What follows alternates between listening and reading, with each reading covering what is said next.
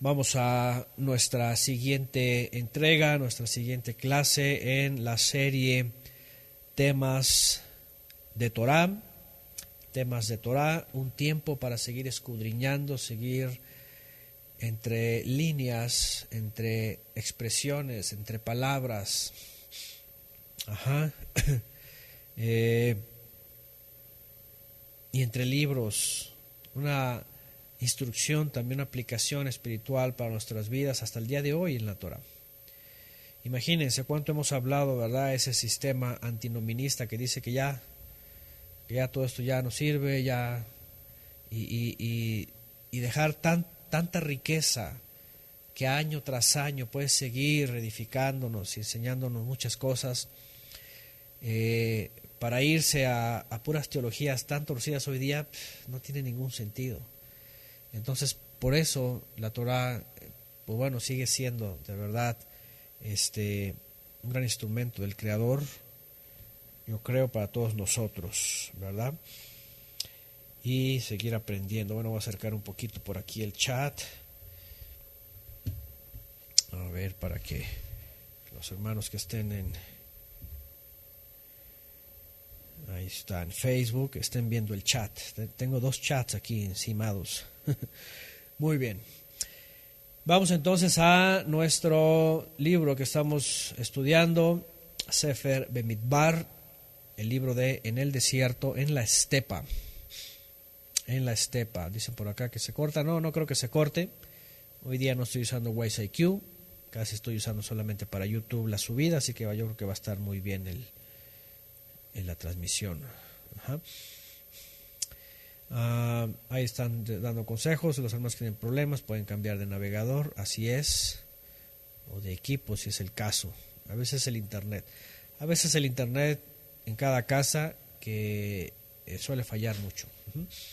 Bien, el libro de Números, conocido como el libro de Números, capítulo 10, ¿verdad? Llevamos en el número 10 y pues bueno, vámonos sobre el tema de las trompetas de plata. Comienza este capítulo. Estamos viendo algunas instrucciones, por supuesto, que el Eterno le sigue dando a Moisés, o le ha estado dando durante pocos días. Ya vimos que fue todo el libro de Levítico, ¿verdad? Que fue entregado recientemente, es decir, después de Levítico, el libro de Números continúa con esa parte.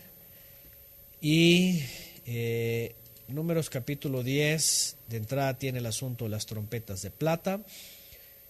Y después empezamos a ver algo por demás interesante, ¿verdad? El tiempo finalmente en el que el pueblo de Israel, después del primer año de salir y todo el ajetreo y toda la logística y ponerse a cuentas, finalmente recibir la Torá, entonces se van a enfilar a cruzar el gran desierto. Pero veremos las sorpresas, recordaremos la historia que ya todos sabemos, ¿verdad? ¿Qué pasó en el desierto? Por ahora viene una instrucción más, lo que se conoce, ¿verdad? Como las trompetas de plata. En hebreo, la palabra que aparece en el diccionario de Strong para trompeta es el número 2689 del diccionario de Strong. Y es la palabra Hatotzeram. Hatotzeram. Es con Het y dos tzade. Hatotzeram. Resh y G al final. Y bueno, esto, según el diccionario de Strong, traduce bocina, trompeta, trompetero, por su nota penetrante u oscilante. Bueno, aquí es la primera vez en donde vemos una instrucción en donde se va finalmente a añadir a lo que se conoce como la liturgia, y no solamente eso, sino toda la logística del pueblo de Israel, estos dos artefactos ya hechos de algo, bueno, metal, obviamente, plata, pero elaborados por el hombre, pues. Hemos hablado antes del shofar, que es una trompeta, es la trompeta del Eterno, ¿ok? Y que no está por demás recordar que lo primero que se hace sonar el día que el Eterno llama a su pueblo es el shofar. No había trompetas, ¿verdad? No había hatzotzerá, había un shofar. Y ese shofar, recuerden que sonó ¿cuándo? El día en el monte Sinai, ¿verdad? El monte Sinai, cuando el Eterno se manifiesta y dice que hay truenos y relámpagos y hay fuego en el monte y hay humo, y dice que empieza a sonar el shofar, así dice, y empieza a aumentar el sonido y aumentar, y bueno, dice que empieza a hablar el Creador en medio del sonido del shofar y va aumentando. El pueblo de Israel se asusta, hay algo tremendo ahí, pero ese es el shofar. Y vimos en la Torah, en Éxodo 20, en Shemot, en el libro de los nombres, capítulo 20, que aparece la palabra shofar. Pero aquí, cuando es dado el ministerio a los Levíim, fíjense cómo todo pasa a parecerse a lo terrenal. Y aquí viene un objeto metálico, porque el shofar es una obra del Creador, es algo que el Eterno hace por los medios de un animal, de algo natural. Crecen, los cuernos crecen de forma natural y tienen sus formas. Ya hemos hablado en clases anteriores sobre esta maravilla, ¿verdad?, que nos enseña el Creador sobre el shofar, lo que es, lo que significa, los toques, la forma, el proceso para hacer un shofar. Todo eso es impresionante. Y son medios naturales, es un medio natural. Pero acá ya hay una orden de fabricar dos artefactos con martillo, moldearlos de plata, ¿verdad?, para entonces usarlos en todo lo que es la liturgia. En todo lo que es la liturgia, porque aún así, aún con todo eso, vamos a ver más adelante, cuando lleguemos al libro de Joshua, que vamos a ver un shofar otra vez, vamos a ver que otra vez se manifiesta el poder del Eterno en un medio natural. Es decir, cuando Yehoshua es encomendado entrar a la tierra prometida y van los Levíim con ellos, no toquen las trompetas el día que enfrentan a esa ciudad amurallada de Jericó, ¿verdad?, es enfrentada no por trompetas de plata, sino por los shofarot. Entonces vemos una gran diferencia, Y acá abajo, en la tierra, entonces tenemos una apreciación de las cosas celestiales y con una representación aquí abajo. Y eso es lo que vamos a ver ahorita. Porque interesantemente, pues hay dos trompetas, suenan, ¿verdad? Tienen sus toques, están elaboradas a martillazos, moldeadas pues con martillo artesanalmente. Así es como se hizo la menorá, como dice por aquí Ofe Bonilla, como se hizo la menorá. Además, su uso es muy significativo, muy significativo, ¿verdad?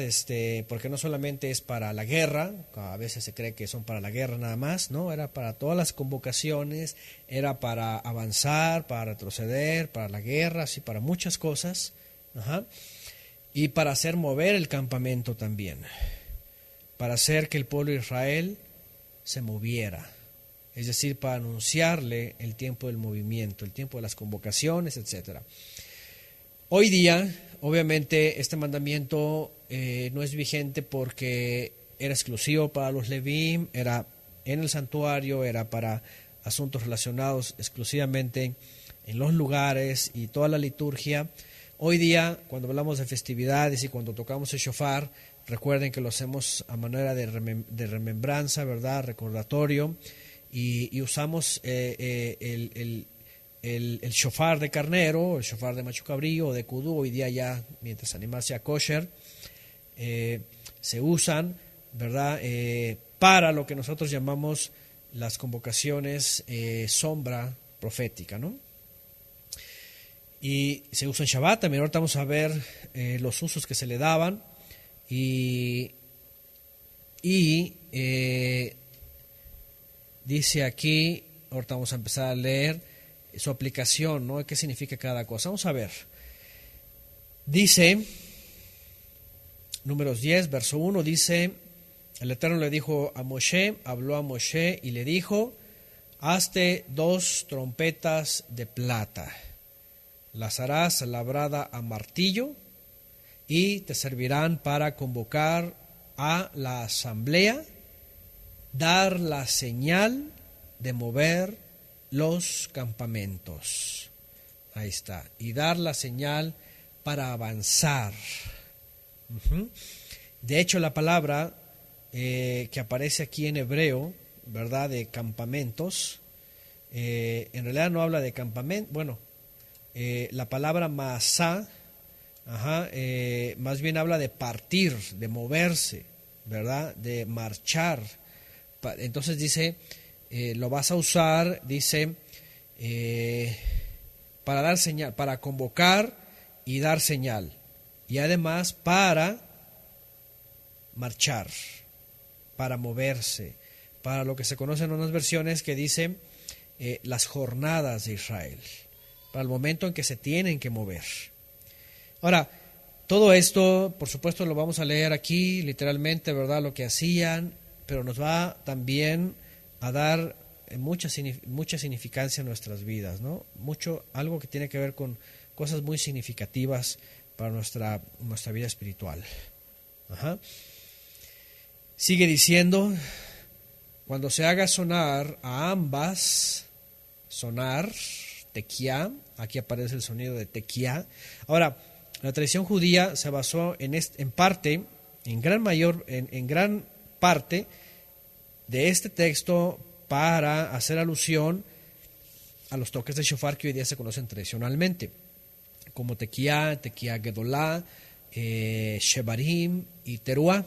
Ustedes saben que en el judaísmo, ¿verdad?, se han enlistado así los sonidos dentro de la tradición, y aquí aparecen estos toques, tequía y teruá, aparecen estos dos. En la Septuaginta aparece un toque, o más bien un sonido de 3 toques también, no así en la traducción hebraica, muy, muy interesantemente, pero hay una parte en la Septuaginta donde aparecen también un sonido de 3 toques, en lo que la tradición lo conoce como shevarim. Shevarim son 3 toques medios. Y bueno, ellos tienen, por supuesto, dentro de la tradición, sus formas interpretativas en base a este texto, de lo que significa cada toque y para qué son usados cada uno de ellos. Por ejemplo, vamos a ver, dice dar señal, convocación y partir, y moverse, las jornadas, así es, para ir avanzando. Y luego dice, cuando se haga sonar ambas, hay aquí varias formas, sonar una, sonar ambas, sonar sonidos repetitivos, sonido de alarma o sonido de aclamación, lo que se conoce como rúa, lo que hemos hablado antes. Y segundos toques. Entonces vean lo que dice. Vamos al verso 3. Cuando se haga sonar a ambas, toda la congregación se va a reunir delante de ti en la entrada del santuario. Aquí solamente dice sonar cuando habla de las dos. Y la palabra que aparece aquí es tequía, o tequía, cuando se haga tocar. Y eso es lo que suena como tequía, un sonido largo, ¿verdad? Y aquí en la primera parte se tocan 2. Cuando se tocan las 2, entonces significa convocación. Se va a reunir delante de ti, dice, toda la asamblea. Toda la congregación se va a reunir delante de ti en la entrada del santuario, en la puerta. Si se toca una sola, entonces va a concurrir junto a ti los príncipes, los jefes de millares. Los príncipes, los jefes de millares. Cuando se toque Ruá, es la teruá, cuando se toque una aclamación o una alarma, por segunda vez, entonces partirán los campamentos que acampan al mediodía o al oriente. Si vemos, aquí van a aparecer dos palabras. Una es al oriente y otra es al sur. Y era la forma en la que se movían, era la forma en la que se iban a ir desplazando. Sur, oriente, sur, oriente. Es muy interesante cómo el Eterno los iba a guiar así. Dice, cuando toquéis alarma por segunda vez, entonces partirán los campamentos que acampan al mediodía. Primero al oriente. Cuando toquéis alarma se pondrán, en el verso 5, en marcha los que acampan al oriente. Y cuando toquéis alarma por segunda vez, entonces partirán los campamentos que acamparán al mediodía. Eso es al sur. Para ponerse en marcha se tocará con estrépito. Para ponerse en marcha se tocará con estrépito. El verso 6, ¿verdad? Vamos a ver esta palabra que es teká masá. Y esta palabra, es entonces por jornadas.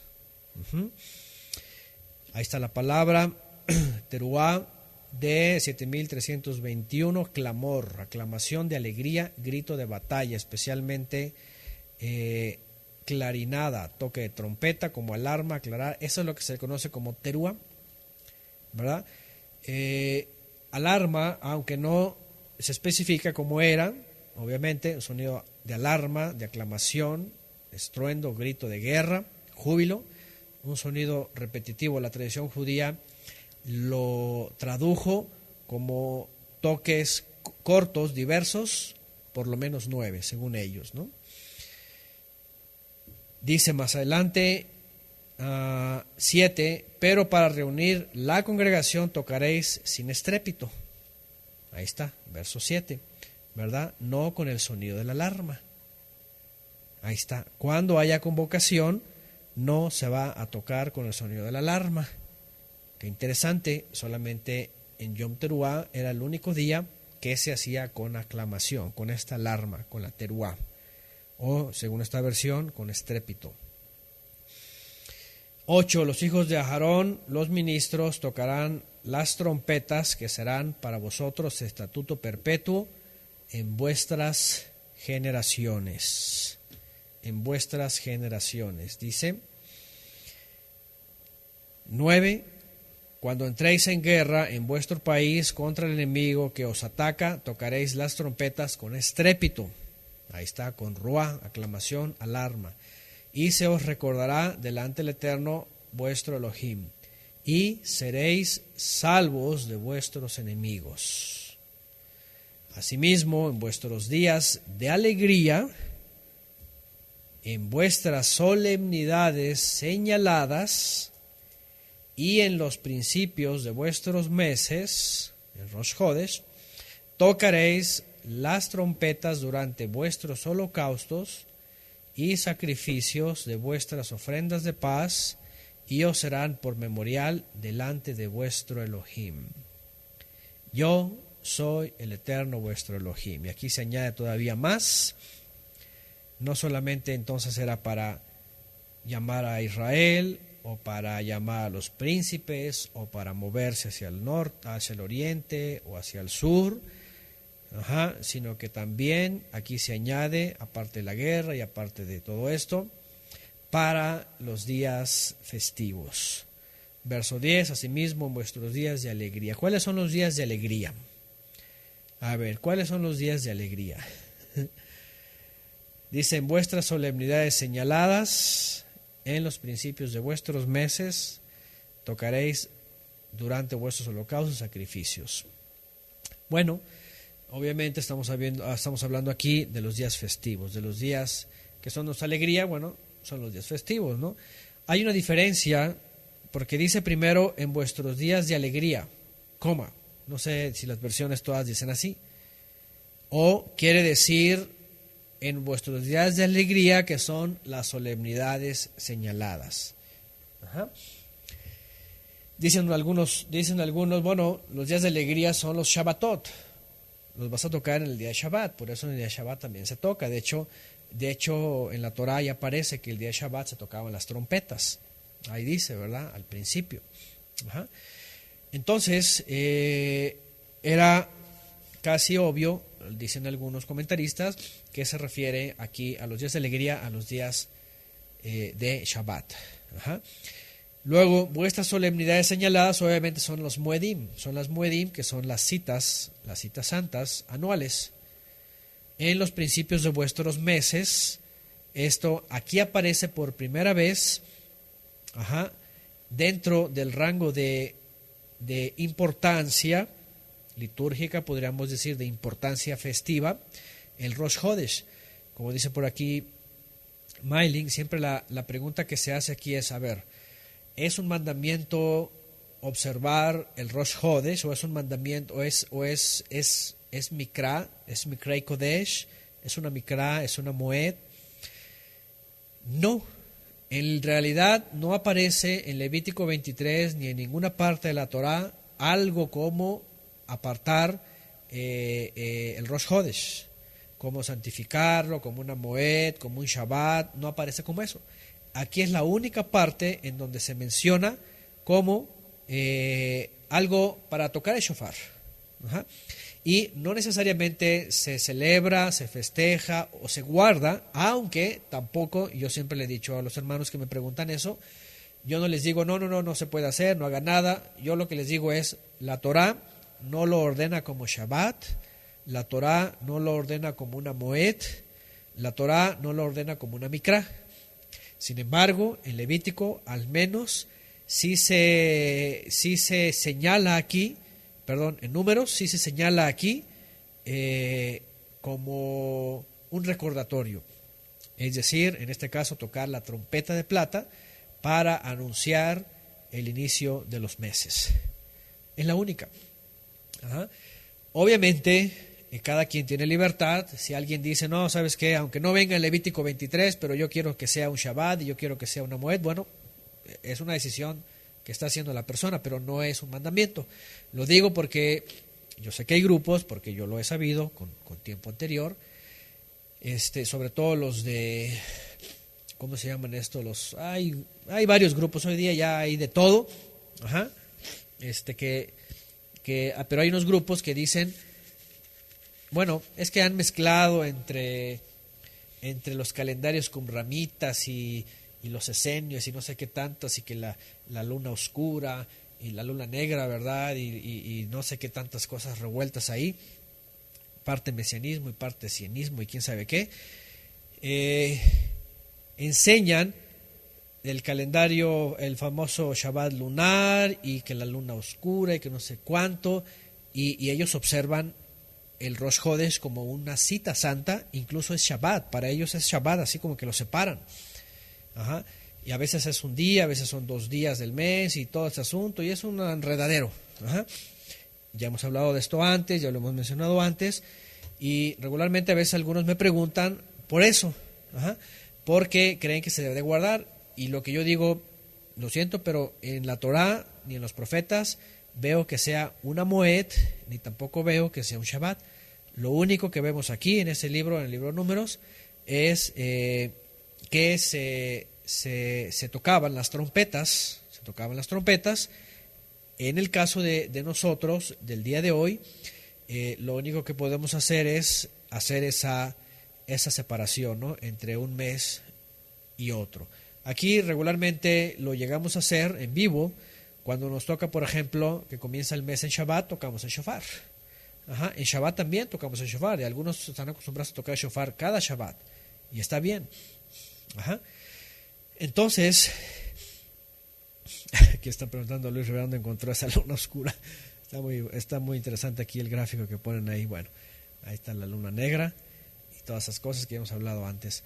Pero bueno, hay una parte en la Torá en donde habla también de Shabbat en Shabbat, de Moed en Moed, y de luna nueva, de Rosh Hodesh en Rosh Hodesh.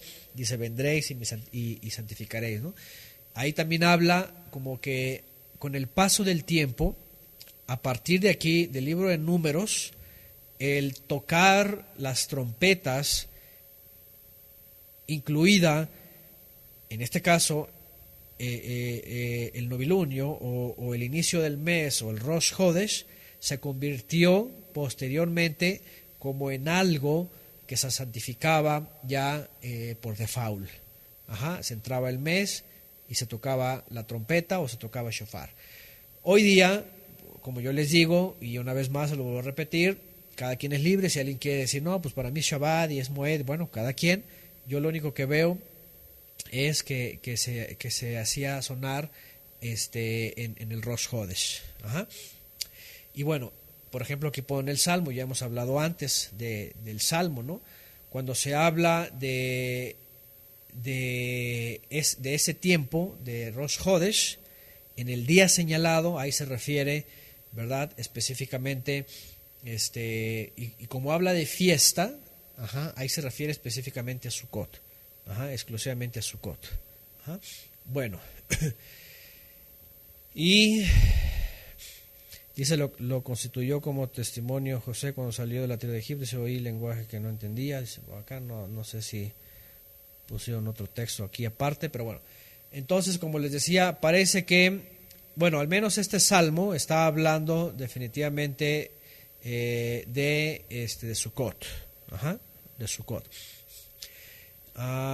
Por otro lado, entonces, ustedes en Levítico 23 no van a encontrar, ni en todos los capítulos relacionados a Levítico 23 sobre las festividades, nunca van a encontrar ni siquiera Año Nuevo. Como les he dicho, viene Año Nuevo próximamente, viene el Rosh Hashanah, que se conoce como Rosh Hashanah, bíblico, obviamente, de Abib, y tampoco en la Torah dice que se tenga que celebrar el Año Nuevo. No es mandamiento, no es una moed.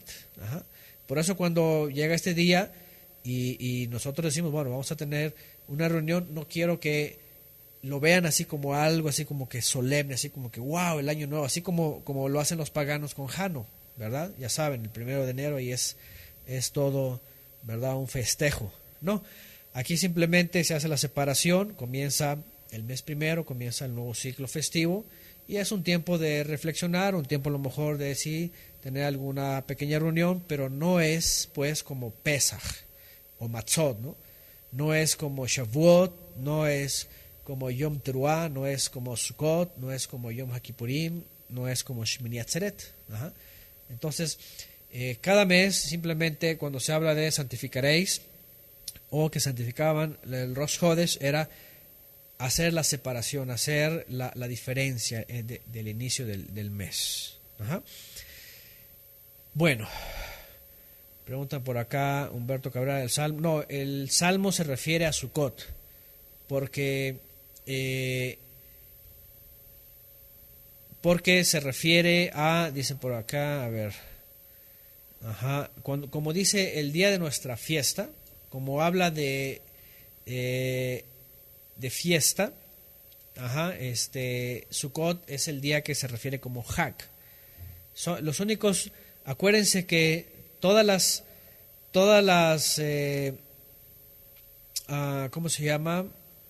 Los días de Moed, las Moedim, que se conoce como Moedim, las citas, tienen la designación de Mikra, congregación, convocación, o Mikrei Kodesh, pero solamente 3 tienen la designación de Hagim.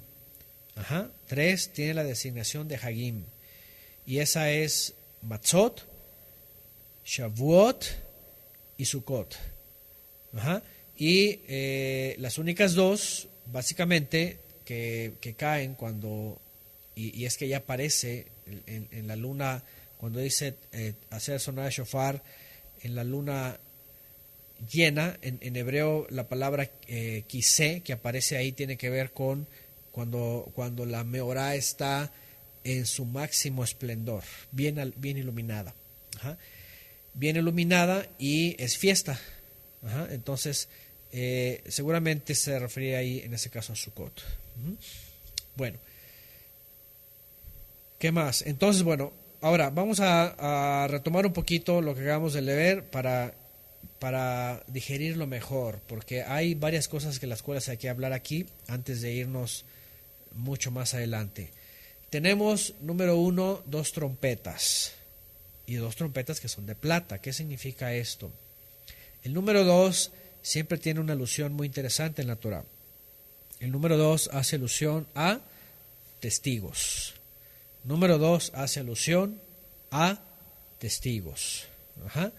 2 testigos que iban a estar, fíjense nada más, haciendo presencia de la voluntad del Todopoderoso en Israel. 2 testigos que iban a hacer interactuar a Israel por voluntad del Eterno. Es decir, cuando el Eterno le dice a Moisés, a ver Moisés, lábrate 2 trompetas, ¿verdad? 2 trompetas, lábrate, estas te van a servir para algo. Y el pueblo de Israel tenía que estar atento a los sonidos, cuando sonaran. Hoy día, incluso cuando ustedes van a la judaica, se encuentran con los shofarot. Hay shofarot que los cubren de plata, o hay algunos que les ponen repujado, no sé qué, pewter o no sé qué cosa les ponen, como alusión a plata. Hay shofarot que los ponen plata para hacer alusión justamente a estas trompetas de plata. Ajá. Para que hagan como que una referencia. ¿Por qué? Porque dice la Torah que lo que sonaban en realidad eran las trompetas de plata, no shofarot. El shofar tiene que ver con un entorno espiritual más poderoso, y las trompetas de plata solamente para la liturgia. Por eso hoy día no tenemos trompetas de plata cada quien, además del costo, ¿verdad? Quién sabe cuánto nos costaría tener 2 trompetas de plata. Imagínense si a veces una menorá que hacen chiquita de plata allá en los comerciantes, ¿verdad? Que andan vendiendo esto, cuestan dineral. Un día vimos en una tienda una menorá que solamente era bañada en plata. Ya ni me acuerdo cuánto costaba, creo que costaba como 8,000 pesos. Imagínense, $8,400 más o menos, en dólares, para que cada quien haga su cuenta. Y nada más estaba bañada en plata. Ahora imagínense tener 2 trompetas, ¿verdad? De plátano. Ahí van a estar los comerciantes, ¿verdad? Ahí van a estar los comerciantes, ya saben. Entonces, como 20,000, dice mi esposillo, no me acuerdo. Entonces, no me acuerdo si era la bañada en plata o era la que era de pura de plata. A ver si mi esposa que me acuerde. Pero imagínense si es de plata maciza, yo no sé cuántos kilos, no sé cuánto esté el kilo de plata hoy día. A ver si Gerardo González, el que está ahí, ¿verdad? Gerardo González, que le saque la cuenta ahí, el costo de la onza por kilo. Imagínense una menorá de unos, ¿qué les gusta? 5 kilos. Vamos a suponer unas trompetas.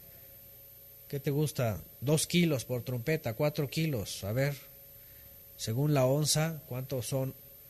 4 y 4, 8 kilos de trompetas. Imagínense. Bueno, es un dineral. Entonces,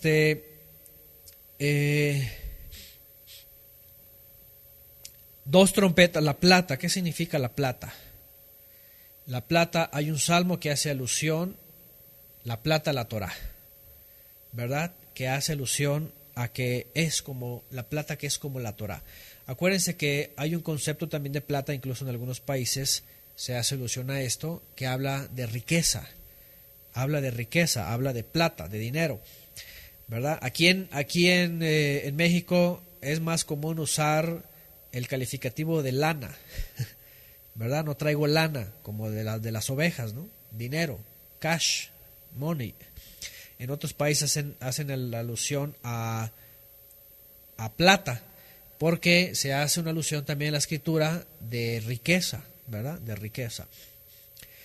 Dice por aquí Gerardo, 1 kilo son 35 onzas, a ver, 450 por onzas, por onza, ahí está, 450 por 35 onzas, y luego échenle, a ver, alguien que le eche números, a ver qué nos dicen.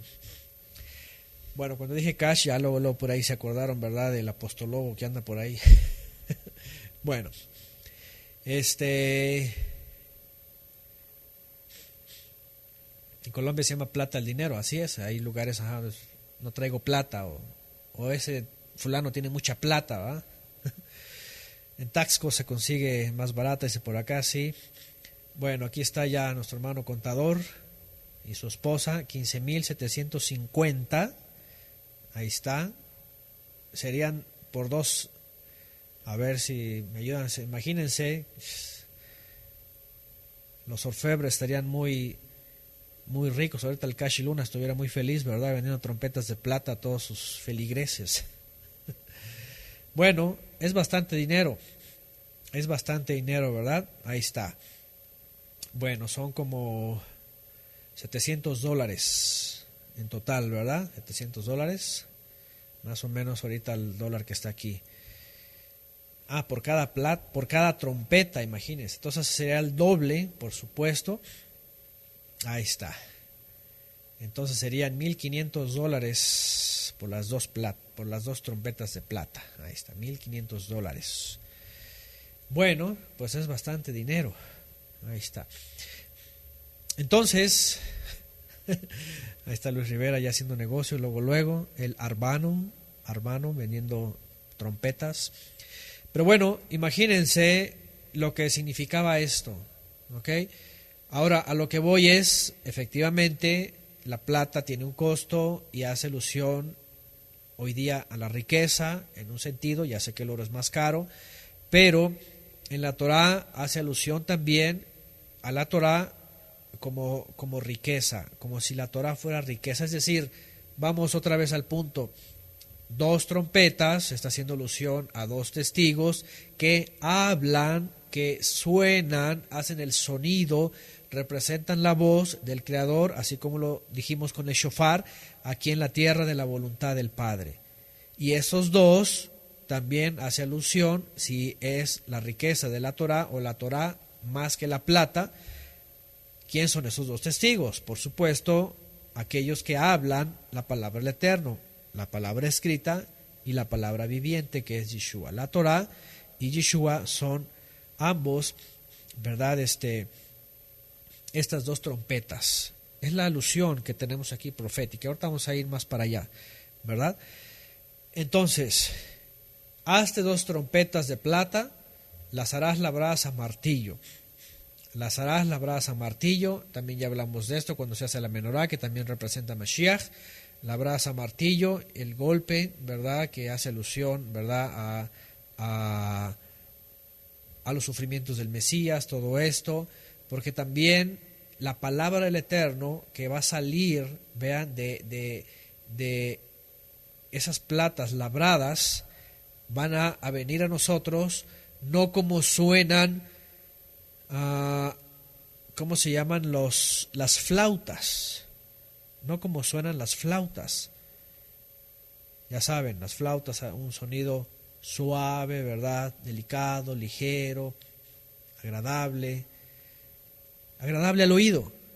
Imagínense cuando sonaban esas trompetas cerca de, si un shofar suena fuerte, imagínense un sonido de trompeta de estos fuerte. Pues estrepitoso, como dice ahí, ¿verdad? De aclamación, un sonido muy fuerte, que yo creo que el que estaba cerca se tapaba los oídos. Seguramente decía, qué cosa más fuerte, ¿cierto? Entonces, estamos hablando de sonidos muy fuertes, ¿verdad? Que representan la potencia de la voz del Creador a través de esos dos testigos, fueron labradas a martillo, y con eso iba a ser una santa convocación. Ahí iba a llamar a la asamblea, es decir, a Israel, y hoy día nos llama a nosotros, a la congregación, y a las moedim, a las convocaciones. Es una señal también, aquí dice, y es una forma para mover al campamento, dice. O más bien, la palabra clave que tenemos aquí es la palabra masá, que es marchar en jornadas. ¿Ok? Vean, vean nada más lo que tenemos en este primer versículo, en estos primeros dos. Fíjense nada más lo que tenemos. Tenemos dos testigos, que son la Torá viviente, que es como la riqueza de la plata. Está hecho por medios humanos que están representando la voz del Creador con voz estrepitosa, con voz fuerte, con voz de mando, con trompeta de Elohim.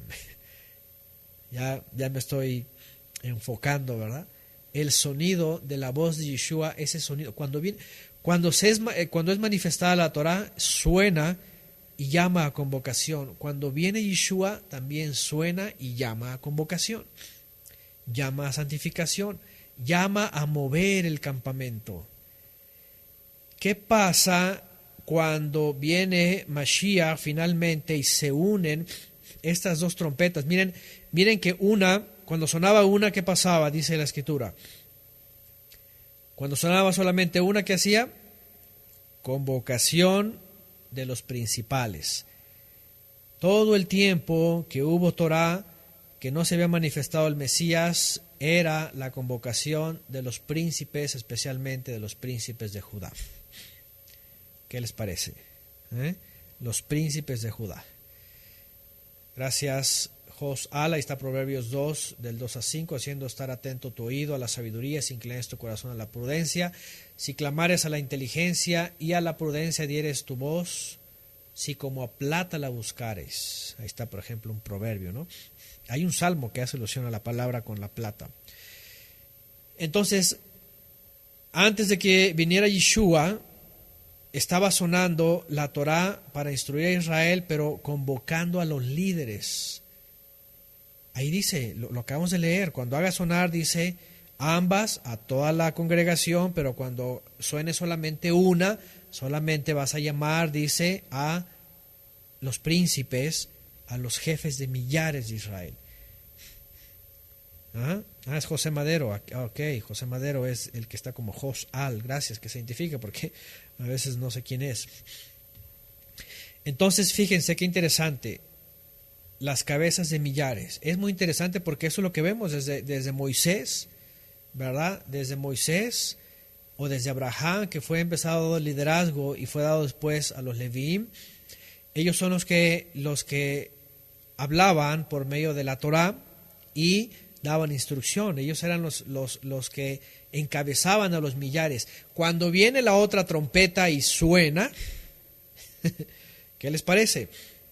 Entonces ya no es solamente convocación a los líderes, sino que ya se llama a todo Israel. A todo Israel. Esa es la otra trompeta, es el Mashiach mismo hablando la palabra de verdad. Y hace convocar a toda la asamblea, y no solamente eso, sino que da una señal. Es la señal que todo el pueblo de Israel esperaba. El pueblo de Israel decía, cuando venga el Mesías, hasta la samaritana se acuerdan que era israelita, cuando venga el Mesías, ¿qué dice? Nos dirá todas las cosas. Y hará mover los campamentos. ¿Qué quiere decir? Masá, hará que partan, moverse, marchar por sus jornadas.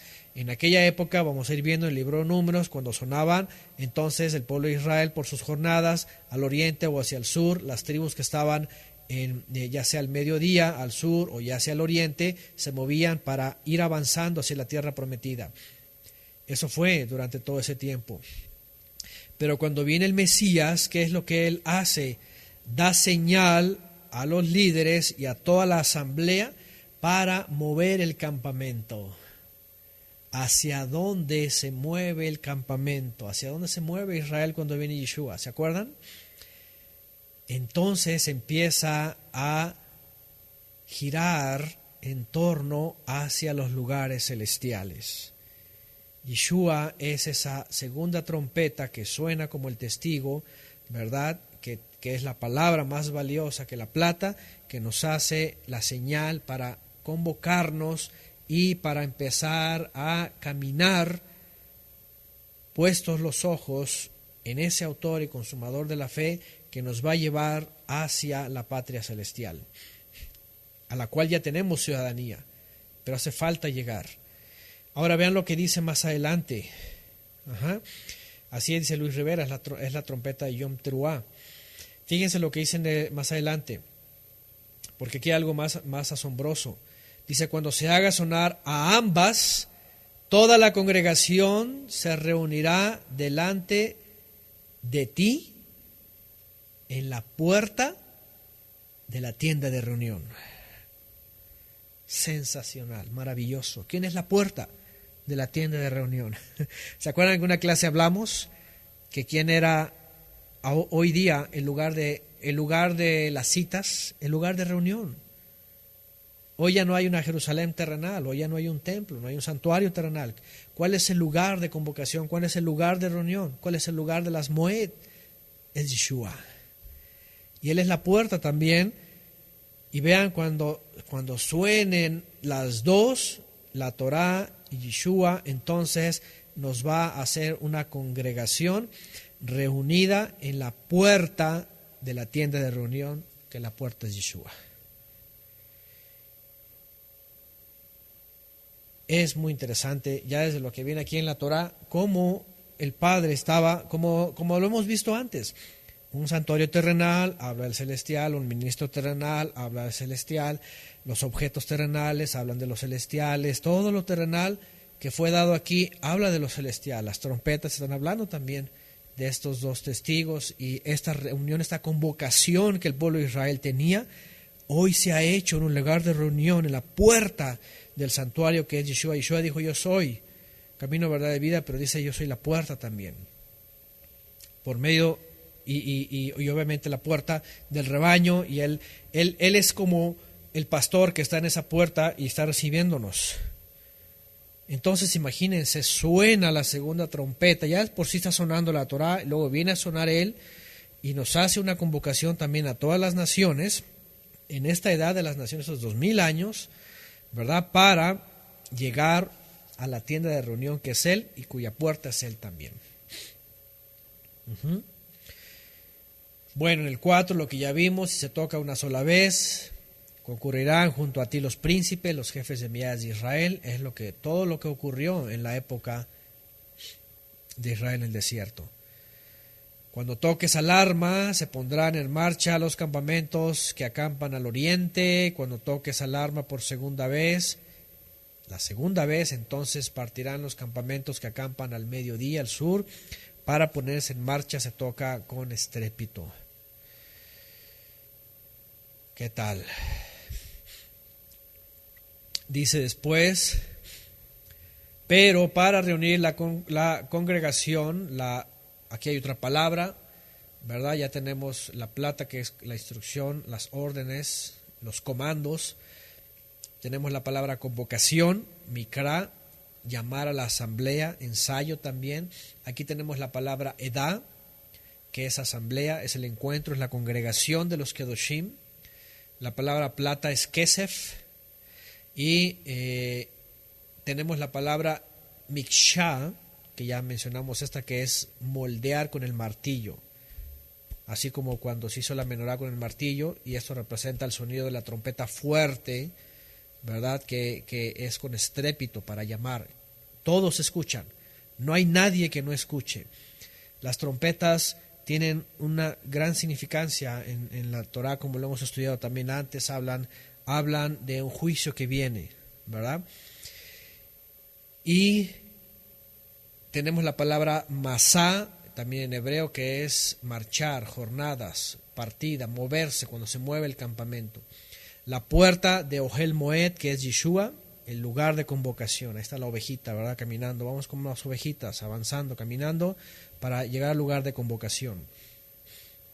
Ahora, déjenme leer un poquito más abajo. Entonces dice, cuando se escuche el sonido de la alarma, se pondrán en marcha los campamentos que acampan al oriente. Cuando toquen la alarma por segunda vez, entonces partirán los campamentos hacia el mediodía. Para ponerse en marcha se tocará con estrépito. Para ponerse en marcha se tocará con estrépito, con alarma, para avanzar. Pero para reunir la congregación tocaréis sin estrépito. Y dice: los hijos de Aarón, los ministros, tocarán las trompetas, que serán para vosotros estatuto perpetuo en vuestras generaciones. Los hijos de Aarón.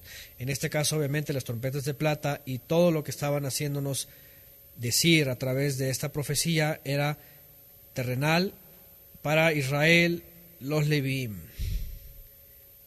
Ahora, qué interesante con lo que sigue. Yeshua es el Cohen Hagadol. Él es el que hace sonar la trompeta. Y, como dice también el profeta, el Eterno a través del profeta, ¿verdad? Silbará y reunirá desde el occidente a los expatriados, a los dispersos. Y dice también: y a él correrán todas las naciones. Ese sonido es un sonido que ha salido a todas las naciones. ¿Y quiénes eran los Leviim que comenzaron a sonar? Pregunta que hemos estudiado recientemente. ¿Quiénes fueron los Leviim? Primero para cada tribu y luego otros que mandaron a las naciones para sonar, para hacer sonar el sonido de la trompeta para todas las naciones. Si Yeshua es el Cohen Hagadol, entonces los Sheliachim, todos los apóstoles y aquellos que fueron enviados también a las naciones, se convirtieron como los primeros allegados, los primeros ministros de Yeshua, que dice aquí, vean, otra vez, los hijos de Aarón, los ministros, tocarán las trompetas. Así es, dice la Escritura que ellos pasaron a ser ministros reconciliadores. Y después nosotros pasamos a ser ministros reconciliadores para seguir, ¿cómo se dice?, haciendo sonar todavía más, ¿verdad?, el sonido del Mashiach, de las trompetas, a más naciones. Ahora, dice, va a ser estatuto perpetuo, obviamente dentro de Israel, haciendo alusión a lo que estamos viendo ahora. Y dice: cuando entréis en guerra en vuestro país contra los enemigos que os ataquen, vas a tocar las trompetas con alarma. Otra vez, Ruá es Yom Teruá, o el día del estrépito, de la aclamación. También es un sonido de aclamación, de alarma. Y se os recordará delante del Eterno vuestro Elohim, y seréis salvos de vuestros enemigos. ¿Qué significa esto? Bueno, para el pueblo de Israel, ¿verdad?, cuando hacían esto, dice que venía memoria del Eterno y el Eterno los libraba. Cuando clamaban, ¿se acuerdan? Cuando clamaban, si mi pueblo, dice, se humillare, ¿verdad?, y clamare a los cielos, dice, yo lo oiré desde los cielos. Claro, no siempre era el sonido de la trompeta tal cual, pero hace alusión a esa aclamación. Clamar. Ahora, cuando viene Yeshua, esta otra trompeta nuestra, para nosotros ya la entendemos. ¿Qué dijo Yeshua? Hasta ahora nada habéis pedido en mi nombre. Pedid en mi nombre y se os dará.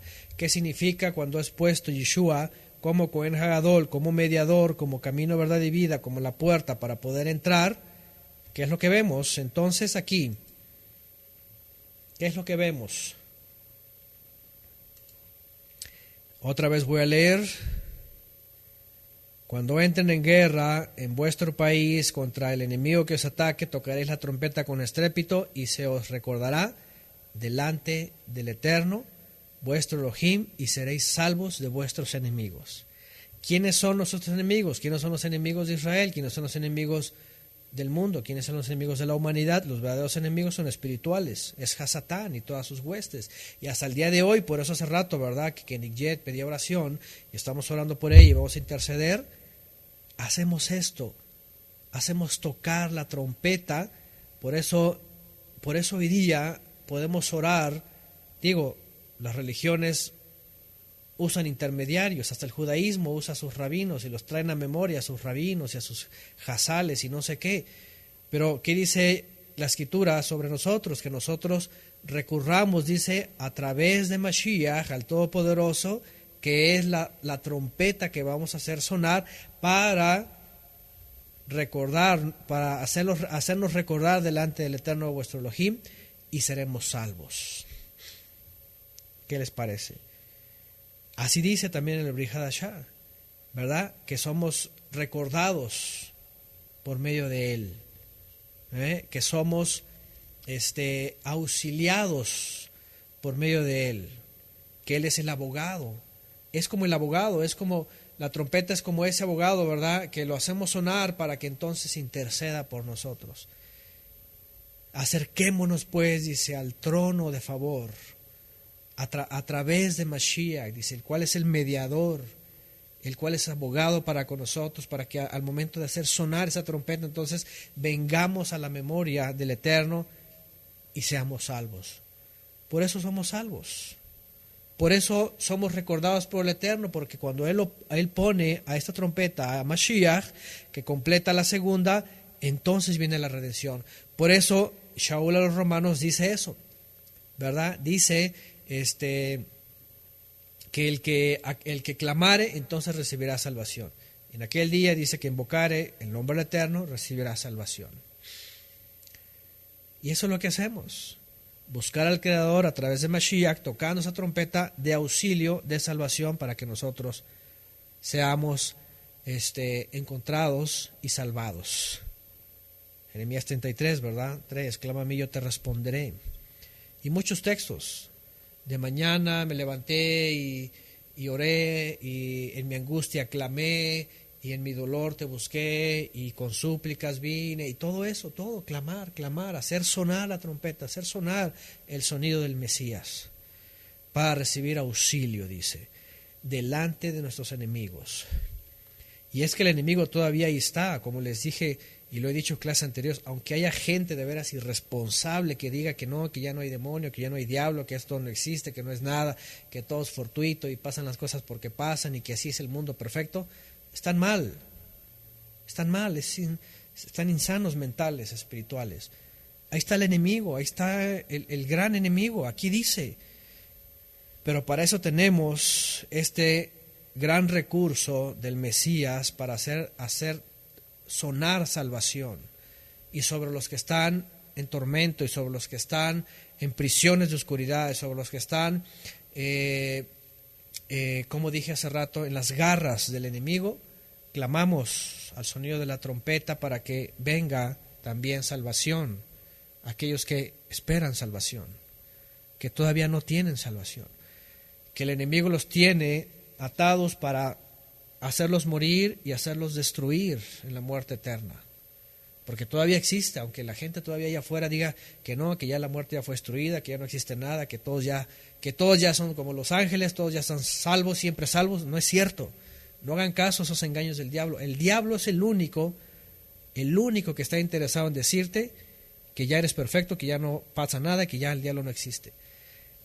Hace muchos años vi esa expresión de alguien, no me acuerdo quién lo dijo. El diablo es el único interesado en que la gente crea que ya no existe el diablo. Que ya no existe el diablo. Él es el único interesado que la gente crea que ya no hay diablo. Obviamente. Sed sobrios y velad, porque vuestro adversario el diablo, como león rugiente, anda alrededor buscando a quien devorar. Así es, ahí está José Madero otra vez citándonos por acá lo que dice la Escritura. Entonces, ahora dice la Escritura que no tenemos lucha contra carne y sangre, ciertamente. Ya no vamos a ver enemigos necesariamente que quieran destruir nuestra alma físicamente. Es decir, ellos físicamente destruyen nuestra alma, que es espiritual. Pero sí tenemos lucha contra principados y potestades, ¿verdad? Contra las huestes de las tinieblas, y que operan hasta el día de hoy. Y esa es nuestra lucha. Por eso hacemos sonar trompeta. Por eso hacemos tocar el sonido de la trompeta, que es Yeshua el que suena, es la voz del Todopoderoso. Claro, tenemos nuestro shofar también, que significa la voz del Creador, y lo hacemos para la aclamación, para las fiestas. Y además, verso 10, también hacemos que suene, dice, en los días de alegría. En los días de alegría, en Shabbat, en las fiestas, en los días que tenemos señalados cuando abrimos nuestras gargantas y nuestras bocas y nuestros labios y nuestra lengua para cantar.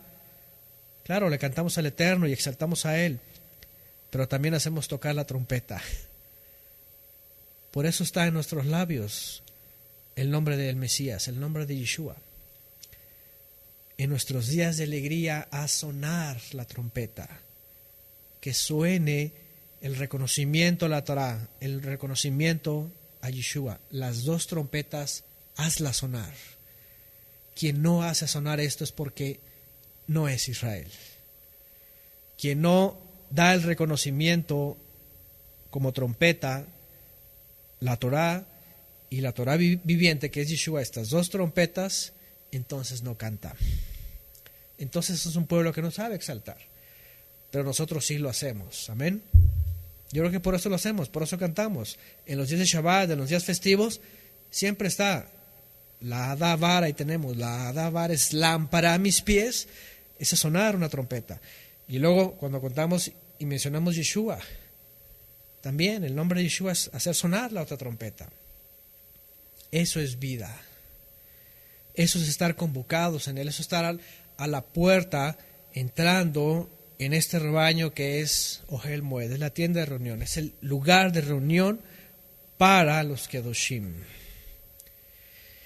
En los días de vuestra alegría, que es Shabbat, en los días de vuestras solemnidades, también en los principios de mes, trae a memoria a la Torah y al Mesías.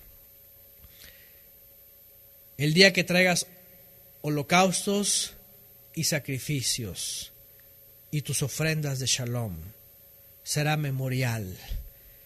Además, vean, no solamente los días festivos de Shabbat, el día que tú le entregues algo al Eterno, haz memoria de estas dos trompetas. El día que tú le entregues algo, un olá, el día que tú te entregues en el servicio, el día que traigas una ofrenda de paz, el día que traigas algo, el día que quieras simplemente levantar un canto al Eterno, estás haciendo sonar esas dos trompetas. Eso nos hace diferentes, eso nos hace Israel. Porque allá afuera el mundo ¿a quién le canta? Le canta el amor, y yo estoy hablando del amor mundano, ¿verdad? La pasión, le canta a los niños, le canta a las mujeres, le canta a las montañas, le cantan a quién sabe qué, le cantan, la religión le canta a los ídolos, a la Virgen, a quién sabe cuánto, a la cruz, le cantan a todo el mundo, a todo lo que sea. Pero que nuestros labios hagan alusión a esas trompetas, a estos testigos, a estos testigos. Ahora, antes de avanzar al verso 11, que ya viene con el asunto de ya finalmente la partida, suenan las trompetas y van a caminar, vamos a tener una reflexión más. Eso es muy interesante y es muy profundo para que no dejemos de mencionar algo que tengo aquí. Shaul de Tarso, muy interesantemente, y es que miren, y es que más adelante ya vamos a entrar en un tema por demás interesante para nosotros en nuestro caminar, porque hemos aprendido, y más en las sombras proféticas, que estamos caminando por el desierto y tenemos Sukkot temporales, ¿cierto? Lo acabamos de aprender y cantamos. Esta morada espera un edificio eterno. Mientras tanto es una cabaña temporal. Y se va deteriorando y estamos luchando y vamos avanzando. El pueblo de Israel, a partir del verso 11 en adelante, va a empezar a caminar, va a empezar a andar, pero se va a encontrar con algo que va a marcar la vida del pueblo de Israel durante las siguientes generaciones. Y seguramente puede estar marcando la vida de mucha gente hoy día, e incluso podemos ver nosotros que estuvimos yendo por otro camino en vez de desde hace muchos años ir por el camino correcto. O incluso hoy día mucha gente ahora, en vez de caminar por el camino que debe de ir, está escuchando otros sonidos que son sonidos inciertos, que no son sonidos de los dos testigos.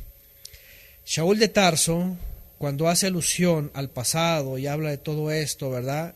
E incluso en algún momento llega a hablar de un tema que también es un sonido incierto, que tiene que ver con, por ejemplo, las lenguas, el don de lenguas. Si ustedes vamos rápidamente a Primera de Corintios. Quiero tomar un ejemplo de lo que Shaul de Tarso menciona sobre el famoso don de lenguas. Primera de Corintios capítulo 14.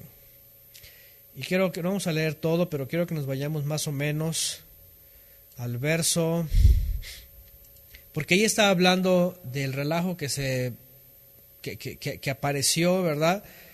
Ahí está, gracias José Madero, justamente eso iba.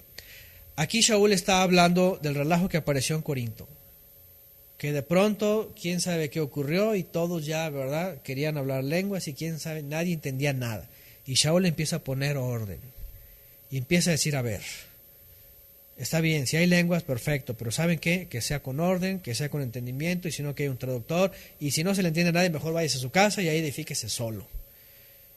Y justamente empieza en esta parte, 1 Corintios 14:8, y si la trompeta diere sonido incierto, dice, ¿quién se va a preparar para la batalla? Así también vosotros, si por la lengua no diereis palabra bien comprensible, ¿cómo se entenderá lo que decís? Porque hablaréis al aire. Dice, tantas clases de idiomas hay seguramente en el mundo y ninguno de ellos carece de significado. Pero si yo ignoro el valor de las palabras, seré como extranjero para el que habla, y el que habla será como extranjero para mí. Así también vosotros, pues, que anheláis dones espirituales, procurad abundar en ellos para edificación de la congregación. Aquí Shaul está hablando solamente de las lenguas, así es. Y quiero meterme en el tema de los sonidos inciertos. Miren, tenemos que estar, y bueno, algunos hermanos apenas se están dando cuenta, por ejemplo, de lo que ha pasado recientemente con doctrinas, ¿verdad? Y herejías y cosas que dicen por aquí, por allá. Y no es nuevo, cada año, todo el tiempo. Yo estoy viendo ya por casi 4 décadas cómo se escuchan sonidos inciertos y la gente que acabamos de aprender que es inconstante y que es indocta e inconstante, tuerce las escrituras para su propia perdición. Cuando un sonido es incierto y no hay paz y hay desorden, hay confusión, hay inestabilidad, hay inconstancia, cuando el sonido es incierto y es así y causa confusión, ¿qué es eso? ¿Qué es eso? Eso no es el sonido de la Torá y del Mesías juntos sonando. Esas señales mentirosas, así como dice Luis Rivera, así es. Falsas señales, engaños, doctrinas, herejías, torceduras. Y hay esto hoy día abunda tanto. Hace un rato una hermana me acaba de decir, ¿verdad?, sobre alguien que anda diciendo, fíjense, nada más con la pura forma de cómo la gente dice cosas, ustedes dicen, esto que dice, aunque tuviera un 1% de verdad, con la pura actitud, con el espíritu, con el puro espíritu con que se hace, se dan cuenta que es un sonido incierto, porque no hay paz, porque hay desorden, porque hay confusión, porque hay inestabilidad, porque hay pues eso, falta de dominio propio, falta de control, falta de prudencia, falta de educación, falta de seriedad, falta de todo eso cuando se escucha el sonido incierto. Yo creo que el que es habitación del Ruach HaKodesh se da cuenta rápidamente de este tipo de conductas, de este tipo de gente, de arranques, de doctrinas que tú dices, aquí cuando ustedes ven y dicen, aquí ni siquiera hay paz, o donde ni siquiera hay obediencia, por ejemplo, ya sabemos de todas aquellas otras doctrinas, ¿verdad?, que no hay obediencia, que no hay coherencia, que no hay una vida acorde a la palabra, que no hay un Mesías que realmente es una trompeta, sino que es hasta por ahí pusieron un caballito, ¿verdad?, un sus. ¿Me entienden? O sea, hay que ser, de veras, hay que ser muy atentos al verdadero sonido, porque están sonando, y especialmente en el último siglo y medio, muchos sonidos que son inciertos. Y ya ni siquiera las lenguas, ya sabemos esas doctrinas, ¿verdad? Que digo yo, otra vez, como lo vamos a decir, y no es para que se ofenda a nadie, nosotros creemos en el don de los lenguajes, de los idiomas para salvación, para redención, para edificación, pero otra cosa, y quiero que quede bien claro, es lo que ha crecido en el pentecostalismo desde la primera década del siglo XX, ¿verdad? Dentro del movimiento, lo que se conoció como la lluvia tardía. Que hoy día ya saben lo que, ya vemos lo que es todo esto, ¿verdad? Que es muy diferente, por supuesto, a lo que la Escritura habla. Y ya Shaul pone orden en todo esto, ¿no? Desde hace, pues, 1900 y tantos años, 1950 años casi. Entonces, no solamente eso, muchas más doctrinas, todas esas doctrinas, dogmas, confusiones, donde no hay paz, donde no hay inconstancia, lo acabamos de estudiar, los inconstantes, de veras, que hoy creen que es negro y mañana creen que es azul y luego creen que es amarillo y luego creen que es blanco, o sea, esas son mentes insanas mentales, espirituales, que son sonidos inciertos, no hay paz, hay desorden, hay confusión, inestabilidad, inconstancia, confusión, miedos, temores, burlas, enojos, todo eso. Entonces, interesante en esta parte de la Torá, cómo nos va enlazando todo esto, ¿verdad? Lo que significan estas dos trompetas de plata, como un medio humano para que se manifieste el sonido del Eterno con estos dos testigos, ¿verdad? Que hacen alusión a la instrucción escrita y la instrucción viva, para una convocación verdadera en el lugar que es el Mesías, el lugar de convocación que es la puerta para esta asamblea, este encuentro, ¿verdad? Y poder marchar hacia lo que el Mesías nos enseñó. No para dispersarnos, porque ya hemos hablado, ya de por sí hay, ¿verdad? El Eterno a través de los profetas, hay de los que dispersan a las ovejas y se las llevan por, así es como ponen aquí, por cualquier viento de doctrina. Hay quien dispersa a las ovejas y más, que los hacen tropezar y que les quitan la esperanza y que los meten en confusión. De veras, todavía hace un poco tiempo, ¿verdad? Alguien por ahí, hermano, es que ya no sé ni qué creer, es que ya, pues ya no sé ni qué hacer, ya mejor ya nada, ya, sí, de veras, ya la gente, ahí se dejan llevar por cualquier evento de doctrina y los engañan y les tuercen las escrituras y ya se les va el gozo, hay confusión, no tienen paz, tropiezo. Dice Yeshua, quien hace tropezar a las ovejas que él está llamando, dice, es mejor que se ate una piedra de molino y que se la ate en el cuello y que se lance allá en la quebrada, en Acapulco, ¿no? Bueno, donde quiera, pero la quebrada sería sensacional. Para los que conocen la quebrada en Acapulco, en vez de ser tropezar a las ovejas que están buscando, que quieren acercarse al Mesías, y les tocan sonidos inciertos. Entonces ya Shaul pone todo esto, y eso que estamos hablando de una cosa, ¿verdad? Y les digo que esto porque encaja perfecto en el libro de Números, cuando el pueblo de Israel ya se le dio la instrucción de escuchar los sonidos, las señales para seguir y para avanzar en lo que tienen que hacer, y de pronto llegan algunos y los hacen tropezar. Ahorita vamos a ver, yo no creo que lo vamos a ver más adelante, obviamente, pero el camino al desierto de Parán es el camino peligroso. Lo que vamos a ver más adelante es el lugar en donde van a atravesar un desierto horripilante.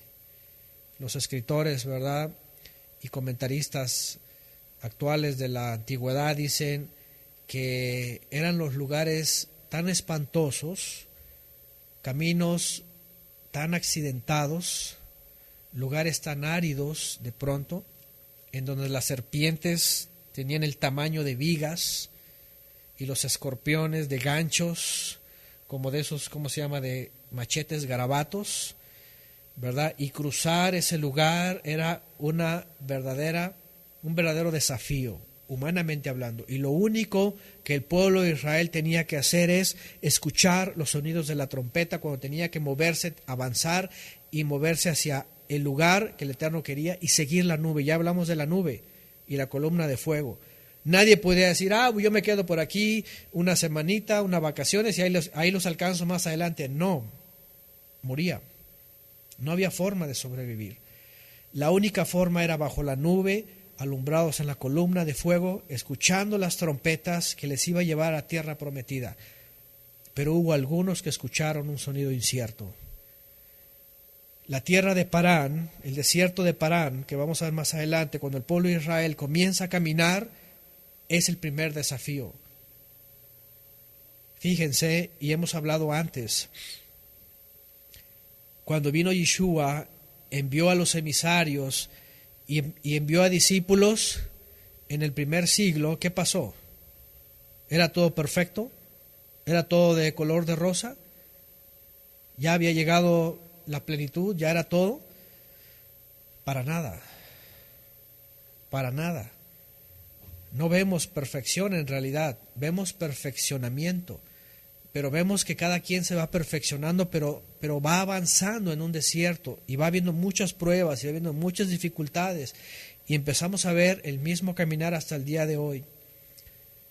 Porque estamos caminando, ¿verdad? Estamos ensayando en este desierto, en moradas temporales. Y la verdad es de que vino nuestro Moisés, que es Yeshua, pero nos introduce al desierto de Parán, que es el lugar más peligroso. Interesantemente, la palabra Parán, el desierto de Parán, 6286, de la raíz Paar, fíjense, significa relucir, reluciente, embellecer. Pero a la vez, de forma contraria, figurativamente es jactarse, jactancioso. ¿Qué quiere decir?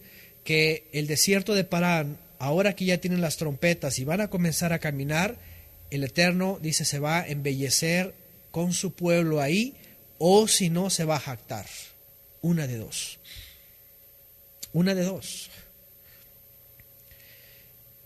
Es decir, va a hacer que el oro brille ahí, como le dijo a Moisés. Dice, tendré misericordia del que yo quiera tener misericordia del que no. Dice, pero yo he sacado a un pueblo, dice, para glorificarme en él, para exaltarme en él. Pero también va a demostrar quién es cobre. Y ahí va a brillar el cobre también. Y el cobre tiene que ver con lo terrenal, lo humano. Este lugar es donde comienzan los descalabros, donde viene el deseo vivo terrenal de los gentiles y de Israel, donde viene la rebelión de Koraj, donde viene la seducción de los madianitas y las mujeres. Y este lugar es el lugar de la prueba verdadera, aún con los sonidos de las trompetas, aún con las señales que ya el Eterno les ha dado al pueblo de Israel. Viene lo más difícil. ¿Qué quiere decir? Nosotros también no llegamos ya a la eternidad, no llegamos a los cielos nuevos y tierra nueva, no, tenemos que entrar en este lugar accidentado, difícil, para seguir sobresaliendo adelante y para relucir, pero no para hacer todo lo contrario. El Eterno quiere hermosearnos, quiere embellecernos, quiere hacernos relucir el oro, pero no queremos vernos jactanciosos, ¿verdad? Entonces, el desierto de Parán, que vamos a ver aquí, va a ir determinando, fíjense, finalmente, y otra vez vuelvo a lo mismo, El pueblo de Israel ahí parece ya perfecto. ¿Cierto o no cierto? Ya pasó lo del pecado del becerro de oro, ya pasó esto y lo otro, ¿verdad? Los hijos de Aarón, ya están ahora sí consagrados los Aarón y sus otros hijos, ya está todo, ya está el santuario, ya está la orden, ya está la nube, ya está la columna de fuego, ya están las trompetas, ya están las citas, ya celebraron Pesaj por segunda vez, ya toman sus cosas y dicen, ahora sí vamos a caminar, todo va a ser perfecto, en un par de semanas podrían estar ya dentro de la tierra prometida, pero no, viene la prueba más fuerte. Vamos a leer y vamos a ir poco a poco para llegar justamente a esas pruebas. Vamos al verso 10, al verso 11. Vean lo que dice. En el año segundo, el segundo mes, el 20 del mes, aconteció que la nube se elevó sobre la tienda de reunión. El día 20, es decir, ¿qué día de Matzot? Bueno, Matzot, perdón, ya pasó. Dicen el segundo mes, ¿verdad? Ya no, el primer mes es Pesaj y Matzot, y luego dicen el segundo año, el segundo mes es antes de Shavuot. El 20 del mes aconteció que la nube se elevó de sobre del tabernáculo, el santuario del testimonio. Estoy en el 10:11, números 10:12, y los hijos de Israel partieron por sus jornadas desde el desierto del Sinai hasta que la nube se posó en el desierto de Parán.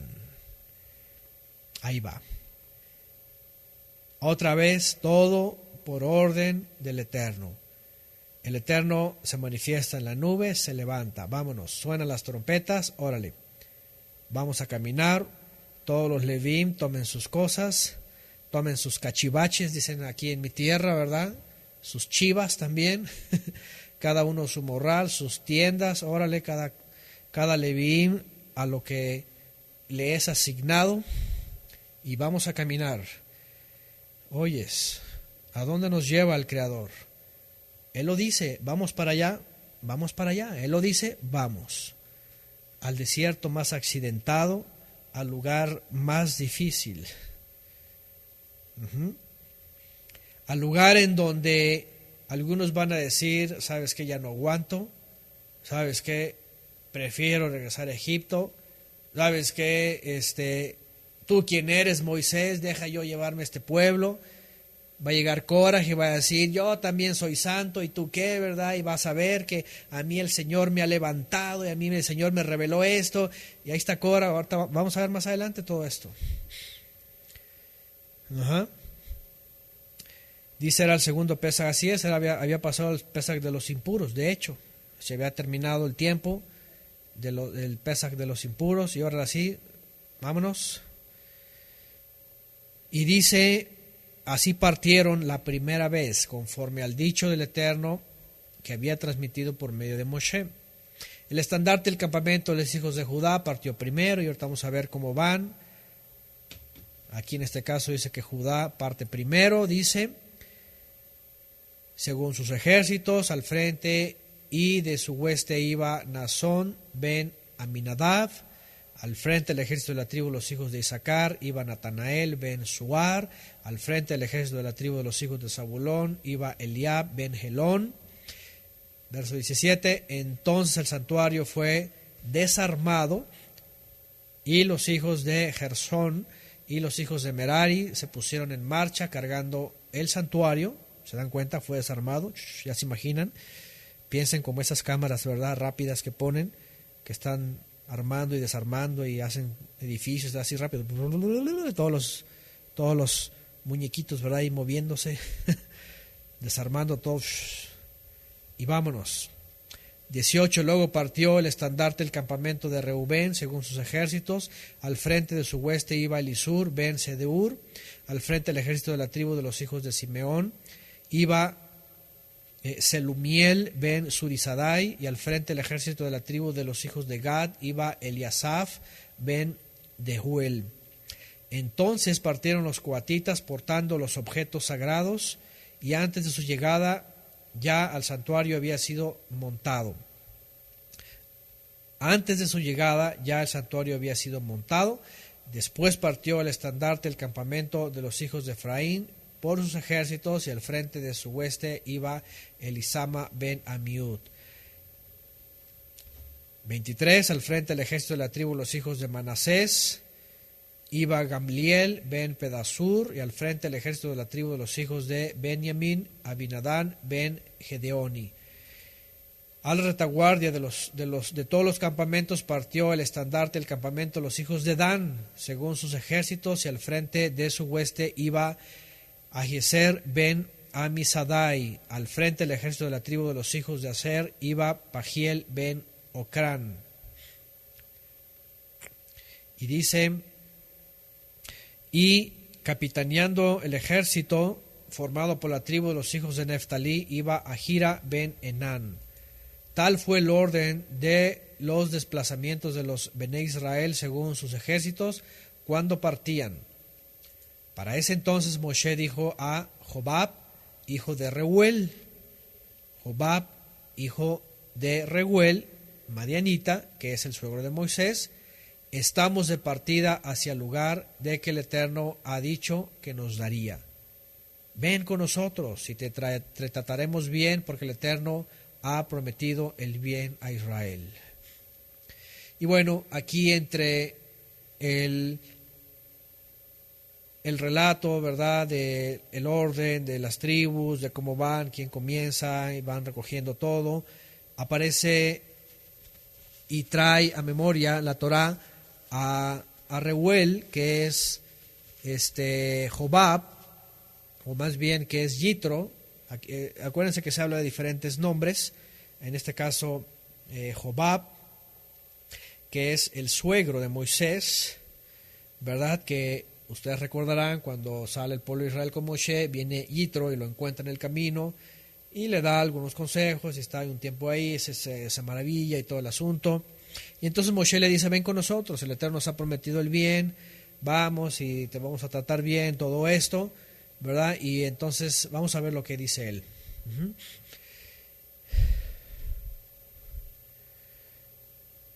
Dice Sara Ferrer, dice, me hago la imagen de lo que estamos leyendo con respecto al desierto, y seguro yo, si hubiera vivido en ese tiempo, hubiese estado entre la gente que se quejaban, dice ella. Yo creo que todos, si no es que la gran mayoría, yo igual, ¿no? Imagínense, y hemos hablado antes, ¿qué es mejor? Pasarnos a aquella época y decir, yo quisiera estar allá, o mejor estoy aquí bien. Hemos hecho la reflexión de, no, mejor aquí, qué bueno que el Eterno ha sido bueno y nos ha perdonado mucho y nos ha sido bueno, porque si uno ha estado allá, o en la época de Yeshua, imagínense que bien fariseotes, ¿verdad? Bien religiosos, y nada que acá con, ¿verdad?, con el rabinismo. Así es, Sara. Yo creo que el Padre ha sido muy bueno, qué bueno que nos ha dejado en este tiempo. Bueno, viene este hombre. Hay una diferencia también en las traducciones, en los nombres, porque por ejemplo esta versión dice Reuel. En otras versiones, por ejemplo, dice Jobab, hijo de Reuel. Pero no es el Reuel que aparece antes, que es Yitro. Es decir, y bueno, el judaísmo ahí trae ahí sus ondas, ¿verdad? Que Yitro tenía varios nombres, y que porque en la misma se refiere al mismo suegro, porque no pudo haber cambiado de esposa, porque él fue el que le trajo la esposa y los hijos, y ya saben todo este asunto. El caso es de que se está refiriendo pues a Yitro, que es el mismo Yitro, pues el suegro, porque aquí lo dice, suegro de Moisés, y que había llegado con Moshe, y obviamente pues él, ¿verdad?, lo había recibido, y obviamente es el padre de su esposa, el abuelo de sus hijos y todo este asunto. Él ve pues bueno para Yitro, después de todos los milagros y todo lo que ha pasado, invitarlo a ser parte de Israel. Obviamente lo invita, ¿okay? No lo persuade, no le dice, ándale, sí, mira, vente. Y vean, aquí es una de las cosas que nos muestra la escritura de la fe. el Eterno, ni siquiera por sus siervos, es alguien que está incitando y dice, órale, vamos y vamos y vamos, hasta que, y vamos porque vamos, y si no, la daga, no. A nadie forza, a nadie obliga. Obviamente Él no es eso, ¿verdad? Sí da hoy día, y más por Mashiach, da oportunidad, tiene paciencia, dice que Él quiere que todos vengan al arrepentimiento y deja mucho tiempo todavía. Pero en el caso de Yitro, por ejemplo, ¿verdad? ¿Qué es lo que contestó él en el 30? Dice, pero él le dijo, no iré, no voy, sino que a mi tierra y a mi parentela he de irme. Sin embargo, dice, le insistió, te ruego que no nos abandones, pues para eso conoces los sitios donde sabemos acampar en el desierto y nos servirás de guía. Moshe todavía decía, bueno, tú conoces el camino, sé nuestra guía y todo esto. Sin embargo, no se ve que él acceda. Él lo primero que dice es, no voy a regresar a mi tierra, a mi parentela. Aquí vemos dos cosas siempre. En el judaísmo siempre traen a colación el asunto, ¿va? De que pues él era un sacerdote pagano, madianita, bueno, de la tierra de sus orígenes y todo este asunto. Y pues bueno, algunos dicen, no, pues no fue. Otros dicen, pues parece que sí fue, porque Moisés le insistió. Y que más adelante hay un indicio, pero no, la verdad es de que hay descendientes de él, pero no aparece él más adelante como quien haya ido. Y bueno, se sacan muchas cosas con el asunto de que pues él no fue como Abraham, no dejó tierra y parentela, ¿verdad? No quiso convertirse, no quiso ser del pueblo eterno, etcétera, etcétera, todo eso, ¿no? Su respuesta en el 30 simplemente es, no iré. Voy a mi tierra de regreso, voy a mi gente, ahí tengo que ir, y tan. Parece que esa fue su resolución. Aunque Moshe aparentemente tenía un interés, ¿verdad?, en su insistencia, que era llevarlos por el lugar que él conocía. Sin embargo, obviamente esto tampoco pudo haber quedado en toda la confianza de Moshe para él, sino que también podemos entender que al final de cuentas debió haber pensado Moshe, bueno, no necesitamos guía, es el Eterno el que nos va a guiar. Para eso está la nube, para eso está la columna, donde Él diga vamos, vamos, donde Él se detenga, nos detenemos. Y obviamente pues no se necesitaba de un hombre, no se ocupaba de un hombre, obviamente para ser guiados y para saber en dónde quedarse. Bueno, y dice en el 33, partieron pues del monte del Eterno en viaje de 3 jornadas, 3 lugares, y durante los 3 días de camino, el arca del pacto del Eterno marchaba delante de ellos para buscarles lugar de descanso. Y desde que partieron del campamento, la nube del Eterno iba sobre ellos de día. Ahí está, les iba cubriendo, ¿se dan cuenta? Y sucedía que al levantarse el arca, Moshe exclamaba, Kuma Adonai. ¿Se acuerdan? Hay un canto también, ¿verdad?, que hace alusión a esto, y hemos hablado antes también de esto porque es muy interesante lo que dice aquí en el 35. Que dice que cuando sucedía que al levantarse el arca, es decir, cuando levantaban el santuario y al final de cuentas levantaban el arca para avanzar, entonces venía Moshe y decía esto. Levántate, oh Eterno, y sean dispersos tus enemigos y huyan de ti los que te aborrecen.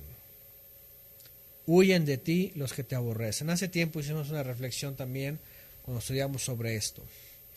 Porque piensen por un momento todo lo que hemos visto hasta ahora. Los patriarcas, el propósito del Eterno en Yosef, el pueblo de Israel en Egipto, todo lo que pasaron. O sea, piensen en todas esas escenas. El éxodo, la salida, el poder, los milagros, las plagas, la destrucción de Egipto. Todo, digo, yo sé lo que sabemos y lo que leemos, ¿no? Hay gente que ya ni cree en esto, hay gente que todas sus parábolas, que nada existió y ya están con puros cuentos y filosofías raras. No, todo lo que ha pasado porque eso también existe, eso también existió y hasta el día de hoy existe, y ahorita vamos a ver qué significa para nosotros esto. Levántate, oh Eterno, y sean dispersos o dispersados tus enemigos, y huyan de ti los que te aborrecen. Y es que por eso, y de hecho hemos hablado también en Deuteronomio, vamos a ver más adelante, que está citado un libro que se conoce como las guerras del Eterno. Las guerras del Eterno. Hay también en los documentos antiguos un dato sobre un rollo que se llamaba las 70 guerras del Eterno, las 70 batallas de Adonai. Libro que solamente está citado, no se ha encontrado ese rollo, solamente está citado en otro rollo, ¿verdad? Haciendo alusión a eso. Y que estaba hablando justamente de todos los triunfos de los patriarcas y de Israel a lo largo de las generaciones, que habían acumulado y que el Eterno les había dado, por supuesto.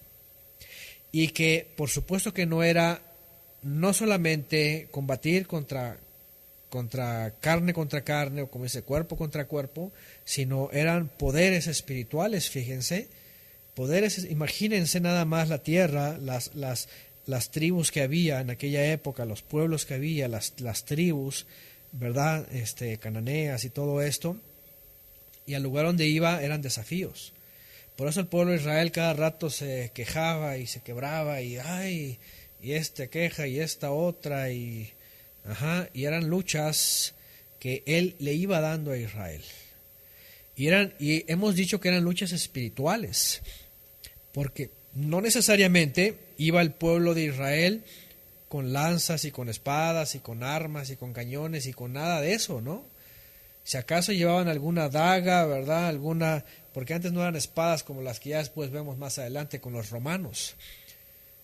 Cuando empezó a forjarse el acero, por ejemplo, de hecho por eso se le conoce, y en las visiones de Daniel, ¿verdad? Roma aparece como justamente con una bestia que tiene garras que despedazan, porque en la época de los israelitas no había la metalurgia así del acero y acero forjado, entonces no había nada de eso. Eran algunas dagas de cobre, eran palos, eran, ¿verdad?, asadones, eran más sus instrumentos de la tierra. No había el acero, el acero forjado todavía no existía, en esa época todavía no estaba eso, no necesariamente. Entonces, ¿qué es lo que vemos aquí? Que cuando venía finalmente desarmar el santuario y tomaban el arca y la levantaban, en ese momento era una declaración de guerra contra todos los enemigos. Y era el poder que emergía del centro de Israel para esparcir a todos los enemigos, para dispersarlos. Y por eso cuando Moisés exclamaba al momento que levantaban el arca, levántate, oh Eterno, y sean dispersos o dispersados tus enemigos, huyan de ti todos los que te aborrecen, era una forma de declararle a todo el mundo espiritual, a toda la descendencia de los caídos. Fíjense nada más que venía desde Caín y toda su descendencia y pasa a Cam y por Canaán, y toda la tierra de Canaán era una cosa desafiante. Por eso cuando van los espías y ven los gigantes y ven todo lo que pasaba, dijeron, no hombre, ¿cómo vamos a ir allá? Si parecemos chapulines a un lado de ellos. Son gigantes, son enormes y tienen 24 dedos en total y son así asados, y no podemos ir. Entonces, así es, como dice Andrés Lever, por eso esos milagros, caían rocas del cielo, por eso se detenía el tiempo, la lumbrera mayor, se colapsó el tiempo, todo, eran cosas tremendas. Entonces, cuando ocurría esto, era una verdadera manifestación, es hacer sonar la trompeta más poderosa que estaba ahí en el campamento, la presencia divina iba ahí. Y estaba representando al Creador, el mismo Mesías ahí. Por eso se le conoce como varón de guerra. Varón de guerra que destruye a sus enemigos, que los dispersa. Pero esto solamente donde hay santidad, donde hay integridad. Fíjense qué interesante. Porque incluso en la época de Josué, a Josué mismo le ocurre, con todo y el arca, y con todos los leviim, tocando los shofar, después de Jericó, ¿qué ocurre? Un israelita de la tribu de Judá, por ahí se encuentra un manto babilónico y no sé qué más, y se lo echa, ¿verdad?, a la mochila, y eso, un caos, causa una derrota. Acán, ya lo llegaremos a ver más adelante. Fíjense en la lucha que estamos involucrados, en la que estamos metidos. Por eso no se les haga extraño, y se lo vuelvo a repetir, y le repito a los hermanos que de pronto me han consultado, que me dicen, oiga hermano, pero ¿qué pasó con tal persona? ¿O qué pasó con esto? Así son. Porque se dejan llevar por todo lo babilónico que está afuera y la confusión de Babilonia y lo que acabamos de ver, los sonidos inciertos, donde no hay paz, donde hay puro desorden, confusión, inestabilidad, ¿verdad? Donde no hay constancia, donde hay todo este desorden. ¿Qué es lo que ocurre? ¿Qué es lo que ocurre? Que pasa esto, ¿verdad? Que dejan que ese santuario, ese Mishkan, ese lugar donde va la presencia, se ausente la presencia. Y entonces, por la jactancia, por eso les dije, Parán, el desierto de Parán son dos cosas: o vamos a ser embellecidos, o se va a dejar ver la jactancia, porque es figurativamente lo contrario también. O vamos a ser embellecidos, o vamos a relucir con la presencia del Todopoderoso para ser decorados, para ser hermoseados. O se va a dejar ver la jactancia, y la ausencia del Eterno se excluye, y entonces los enemigos vienen y despedazan. Eso le pasó en la época de Acán. Y eso va a pasar todavía aquí, comenzando, ¿verdad? Porque hacen su primer despegue, podríamos decir, su primer partida. Claro, han venido desde Sucot, porque hay un lugar que se llama Sucot, saliendo de Mizraim, es el primer lugar, y vienen a través del desierto, van caminando varios lugares, ya saben, donde estaban los oasis, donde estaban todo eso, llegan al desierto del Sinai, vienen al monte Joreb, después vienen avanzando, y de Joreb para acá es la primera partida a partir de que aparentemente está todo bien y tienen las trompetas.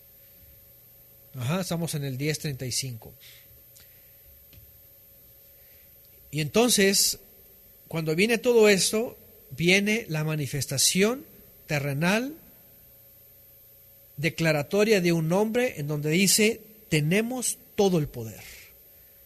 Tenemos todo el poder para avanzar y despedazar a todas las naciones, y destruir y hacer. Y es que así parecía. Ya al final de cuentas, cuando muere la primera generación y viene con Yehoshua, dice que todas las ciudades de Canaán se estremecían y todos temblaban y fueron llenos de temor, de terror, de temblor y de expectación. Porque el pueblo de Israel iba y decía: este pueblo destroza y destrozó los gigantes. Pero eso ya fue la siguiente generación. Pero mientras la primera generación fue un caos. Fue un desastre. ¿Por qué? Porque empezaron a escuchar, número uno, los sonidos inciertos.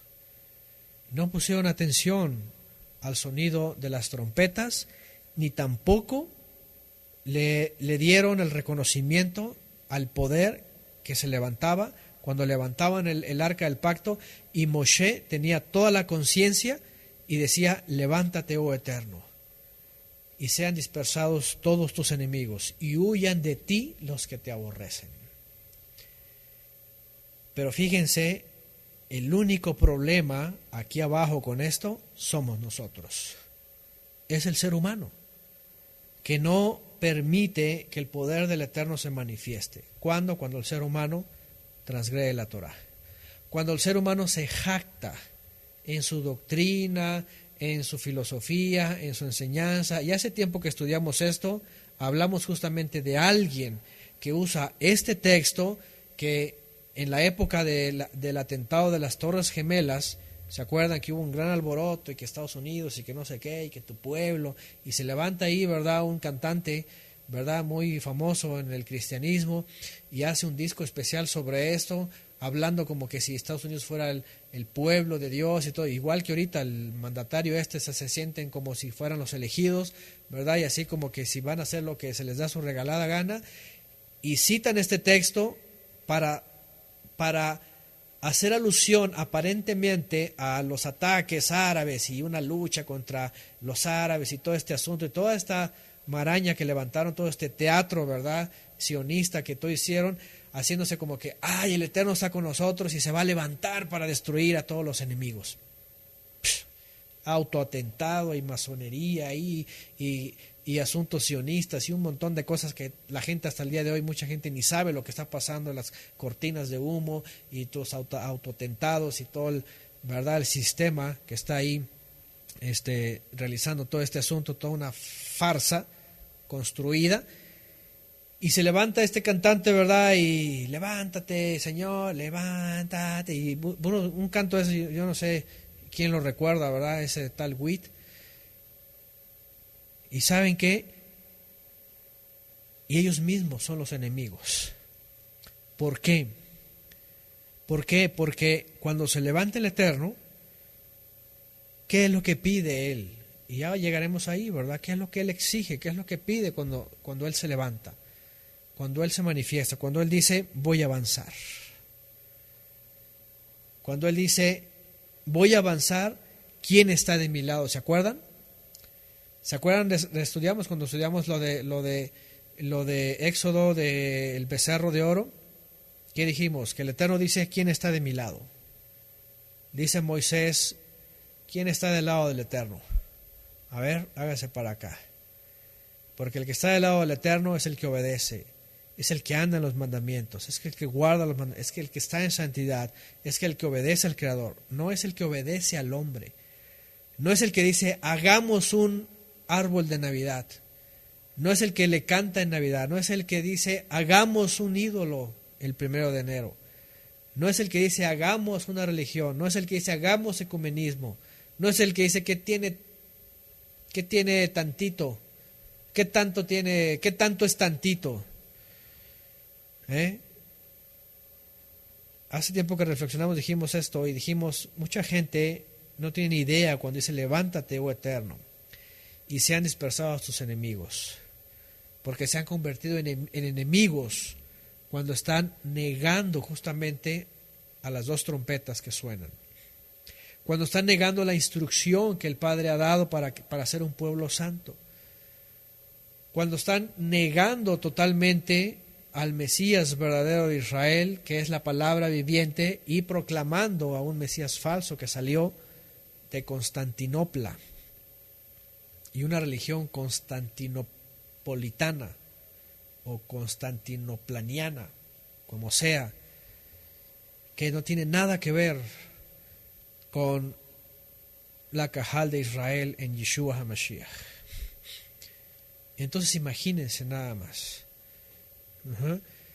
Así es, y muchas más que santifican el día del sol, que andan ahí, ¿verdad?, con todas estas, que Cupido, que estas cosas de la Saturnalia y todo, o sea, se han convertido en los enemigos, ni se dan cuenta realmente en dónde se han posicionado. De esta manera, el mismo pueblo de Israel, vamos a ver que el mismo pueblo de Israel caía en sus propias trampas, porque Moisés tampoco podía dejar de decir esto. Porque dice en el 35, otra vez 10:35, sucedía que cada vez que se levantaba el arca, Moshe exclamaba, levántate, oh Eterno, y sean dispersados tus enemigos y huyan de ti los que te aborrecen. Y de aquí en adelante, en el momento que dice esto Moisés, aunque él ya había intercedido por el pueblo de Israel y había dicho perdónalos, después también tiene que suplicar otra vez, pero después se va a dar cuenta que se empiezan a notar los enemigos en el mismo pueblo de Israel. Se empiezan a notar los enemigos en el mismo pueblo de Israel. Levántate y dispérsalos. Dispérsalos, ¿qué quiere decir? Aléjalos, sácalos, llévatelos por allá, exclúyelos, bótalos, como se diga en cada país. Eso es lo que está diciendo también. Fíjense nada más. Dispérsalos, huyan de ti los que te aborrecen. Los que escuchan el sonido incierto, los que no tienen paz, los que están en desorden, en confusión, en inestabilidad, en insanidad mental y espiritual, en inconstancia. Dispérsalos, huye, que huyan de ti. ¿Para qué? Para que entonces la presencia divina siga guiando a los que verdaderamente quieren estar en la puerta y entrar en el rebaño y esperar en el pastor de las ovejas, en el verdadero pastor, el príncipe de los pastores, ¿verdad? Dice la Escritura. Entonces, esta era la declaración. Y dice, y cuando ella reposaba decía, vuélvete, oh Eterno, a los millares de Israel. ¿Qué les parece? ¿Y qué significa esto? ¿Qué significa esto? Dice Shaul de Tarso que vamos de esplendor en esplendor. Tenemos aquí varias, ¿cómo podríamos decir? Vivencias en nuestra vida. De Shabbat en Shabbat, de Moed en Moed, de estatura en estatura, hasta alcanzar la estatura del varón perfecto. Y la nube se manifiesta en nosotros y nos va llevando, y nos va llevando, y nos va llevando. Mientras escuchemos el sonido certero, que es el sonido de la Torá y es el sonido del Mesías, como debe ser, no sonidos inciertos, no dogmas, no doctrinas, no ideas, no filosofías, no cosas extrañas, no religión, no esto, no, ya saben, todo eso, porque eso causa desorden, confusión, inestabilidad, incertidumbre, falta de paz, falta de tranquilidad, falta de esperanza, toda esa confusión. Mientras nos alejemos de eso y sigamos la nube y sigamos al Mesías, entonces vamos a ir avanzando, y en el momento que lleguemos, por ejemplo, y es que el ciclo festivo así es, de Pesaj te sigues enseguida, por ejemplo, Matzot, y es fiesta, y es alegría, y es gozo, y es aprendizaje, pero de pronto, ¿me entiendes? Te desconectas y empezamos a pensar un poquito hacia adelante, Shavuot. Y después de Shavuot también nos desconectamos y vamos pensando hacia Yom Teruah y luego hacia Yom HaKippurim, ¿me entienden? Es un ciclo festivo. Pero en nuestra vida individual también así vamos. Y en nuestra vida como familia en la fe también así vamos en los tiempos proféticos. Pero vamos de esplendor en esplendor y de estatura en estatura. De tal manera que lo que tenemos, o que lo que nos enseña aquí la Escritura, lo que tenemos aquí en la Escritura es que dentro del pueblo de Israel al cual pertenecemos ahora, escuchando las trompetas y con todas estas palabras que estamos viendo aquí, introducidos en el desierto de Parán, podamos ser embellecidos, podamos relucir y podamos ser esa congregación decorada, hermoseada, blanqueada por medio del Mesías, en vez de que se vea la jactancia, en vez de que se vea la arrogancia, en vez de que se vea todo eso que que el enemigo ha sembrado, que es la cizaña. Y cuando llega un momento de shalom, de paz, dice, de reposar, dice, cuando ella reposaba, dice en el 36, el santuario, el arca del pacto, dice, entonces Moshe decía, vuelve tu eterno a los millares de Israel. Por eso Shaul en este tono dice eso, vamos de esplendor en esplendor, vamos avanzando. El punto es eso, ir alumbrando más, ir creciendo más, tomando más estatura, hasta que finalmente, como congregación y como cuerpo y como templo, entonces alcancemos el máximo, la plenitud finalmente. Y eso depende mucho. Como les digo, podemos pensar en esto, pero en el momento que uno escucha un sonido incierto, en el momento que no hay paz, en el momento que hay desorden y confusión, inestabilidad y todas estas cosas, ¿qué es lo que va a pasar? Lo vamos a ver en el siguiente capítulo.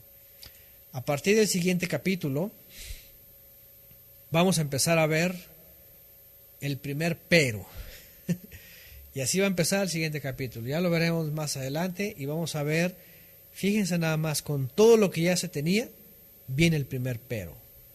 Pero aconteció que el pueblo comenzó a murmurar. Y esto es justamente cuando se escucha un sonido incierto.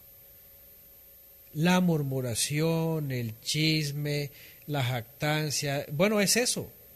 Eso es Parán, esa es la otra faceta del desierto de Parán. Hay dos, o nos vamos embelleciendo o nos vamos haciendo putrefactos. Es dos. Y esta historia, así es, sigue continuando. Por ahora, lo importante está en esas trompetas, en la señal, en lo que significa. En esas palabras, en los dos testigos, estos comandos, estas órdenes, en donde hemos sido convocados, en la asamblea a la que pertenecemos, cómo ha sido moldeado este sonido para nosotros, puesto en la tierra por ahora, y cómo tenemos que movernos, hacia dónde tenemos que movernos, qué sombra tenemos que seguir y qué luz nos va encaminando en la oscuridad. Ahí está, qué sonido vamos a escuchar y que se levante el Eterno para que siga dispersando a los enemigos, dispersándolos, quitándolos y que huyan los que porque miren, y yo creo que todos sabemos de esto, el Eterno dispersa a los enemigos y también hace huir a los que le aborrecen. No siempre vamos a lidiar con la gente, no siempre la gente que aborrece al Eterno va a estar frente a nosotros, ¿no? Huyen para que el Eterno libre nuestro camino y sigamos avanzando. Pero huyen, se quitan de nuestro frente y se van. ¿Por qué? Porque para nosotros lo más importante es seguir creciendo. Seguir creciendo y de estatura en estatura. Imagínense nada más, de estatura en estatura. Así que por ahora con esto, para introducirnos en la siguiente parte, ¿verdad? Y también seguirnos probando y seguir examinándonos, poniendo un espejo y saber que tenemos que escuchar no un sonido incierto, sino los sonidos correctos de la trompeta, de las trompetas que el Eterno ha puesto y que nos van dando orden para avanzar y para llegar a el lugar de su reposo. Digo, ya estamos en el lugar del reposo que es Yeshua, pero nos hace falta finalmente el reposo eterno, el reposo final. Así que por ahora, ahí está. A seguir, porque estamos introducidos en el desierto de Parán, el lugar más difícil, pero nos espera la tierra prometida. Amén. Así que a seguir adelante.